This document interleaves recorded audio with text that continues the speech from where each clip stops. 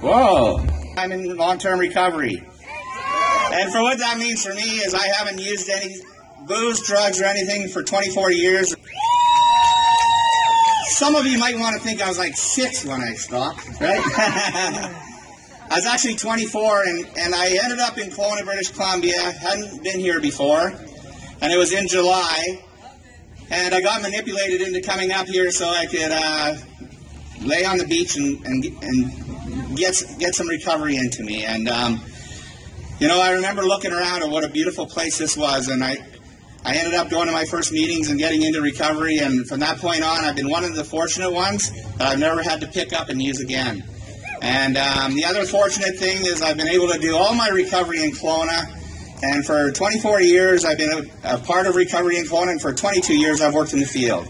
And I just want to say I think God is totally showing off today, because as a direct result, I've watched people and recovery continue to grow and grow and grow in Kelowna.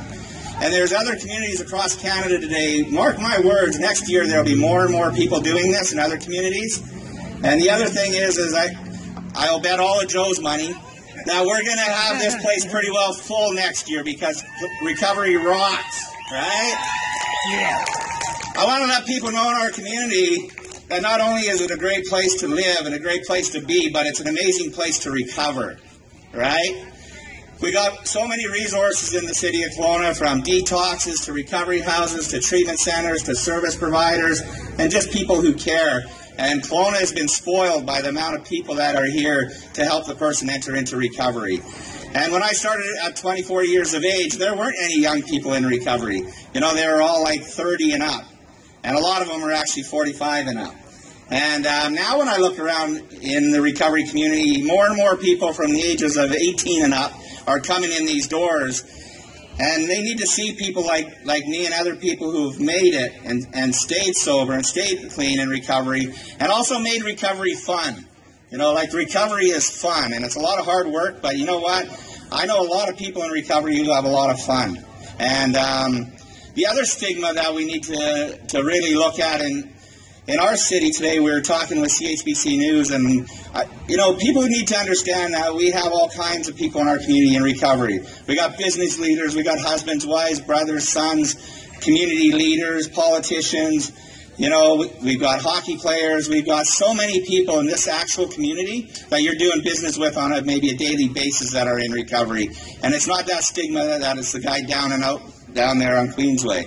And you know, even though we got some guys down and out on Queensway, it doesn't mean that's just the way addiction looks like. Addiction looks like the whole process. And, you know, for me, when I started out, I didn't know what recovery was about. All I know is I was a young, fun kid growing up in a small town that loved to drink and drug, and I would look for the next party.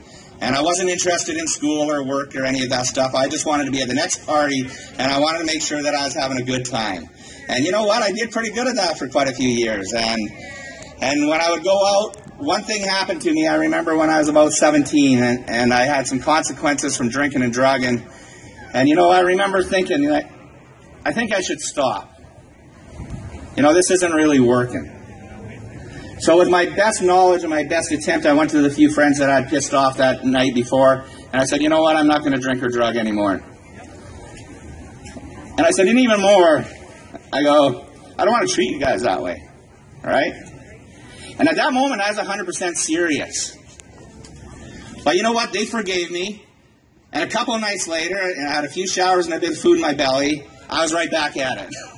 And you know, that was the story of my life until I bottomed out at 24. And the reason I bottomed out is because I didn't know about service providers. Nobody came to my small town and said, Doug, you know what? There's actually treatment centers for alcohol and drug addiction. You know what, Doug? There's detoxes. You know what, Doug? There isn't any of these recovery things. So when I didn't know what the face of recovery looked like. And today, when we get to see what the face of recovery looks like, it looks a whole lot different than what my stigma was that I had attached to what recovery looked like. So now that I got into recovery and I seen people who were productive members, and they were having fun, and they were running families, and they were running businesses, and they were supporting each other, I thought, you know what? That's what I want to be a part of. I remember the day when it happened, and I said, you know what? I was walking down by Gyro Beach, and the voice came upon me, and it says, one of the many voices that I had in my head, and it said, "Doug, do you think you could stop forever?" And that question freaked me out, because at that time I had about 5 months in. And I remember walking, and I said, you know what? I wonder if I could stop forever. And then I thought of you people. And I said, you know what? There's some people in those rooms that are clean. They're doing it. They're following the suggestions. They're supporting each other. If I do what they're doing, I can make it.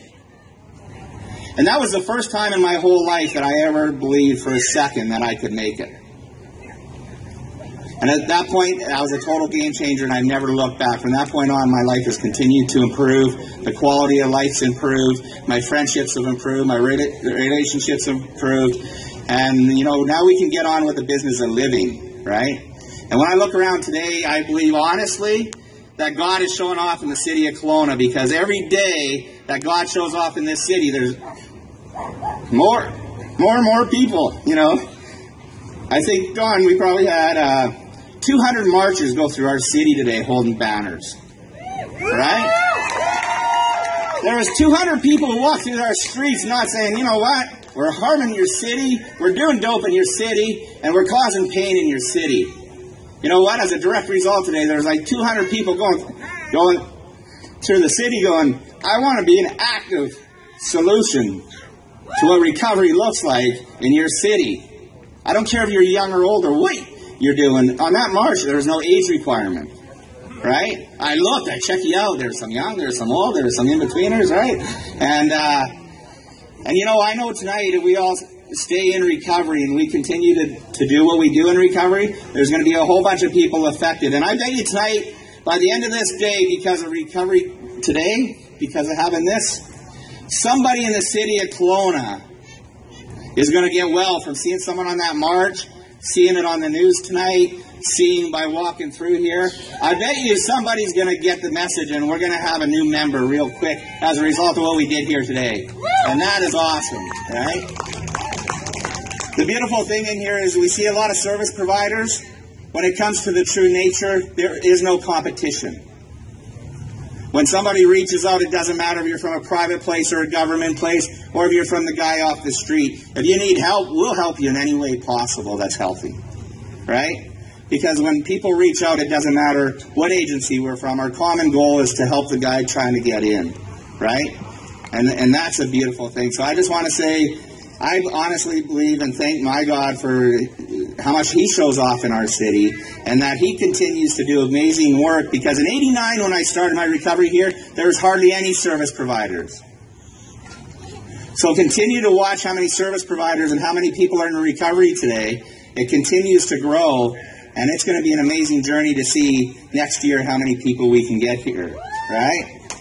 I believe tonight when I do my prayers, I'm going to be thanking God for the participation that everyone put into this work, because I know there's going to be some amazing miracles, as this today has changed the face again of recovery in Kelowna.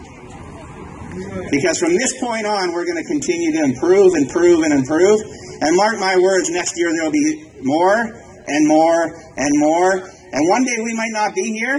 And you know what? There's going to be little grandkids. I got my granddaughter here right now, and she's going to say, you know what? I remember my papa. He was there at the very first one. I remember there was other people, and he would be amazed to see how many people are here celebrating recovery today, because that will happen. And I just want to say I thank everybody for coming out. Don, for doing such a great job, and God bless you all. Thank you.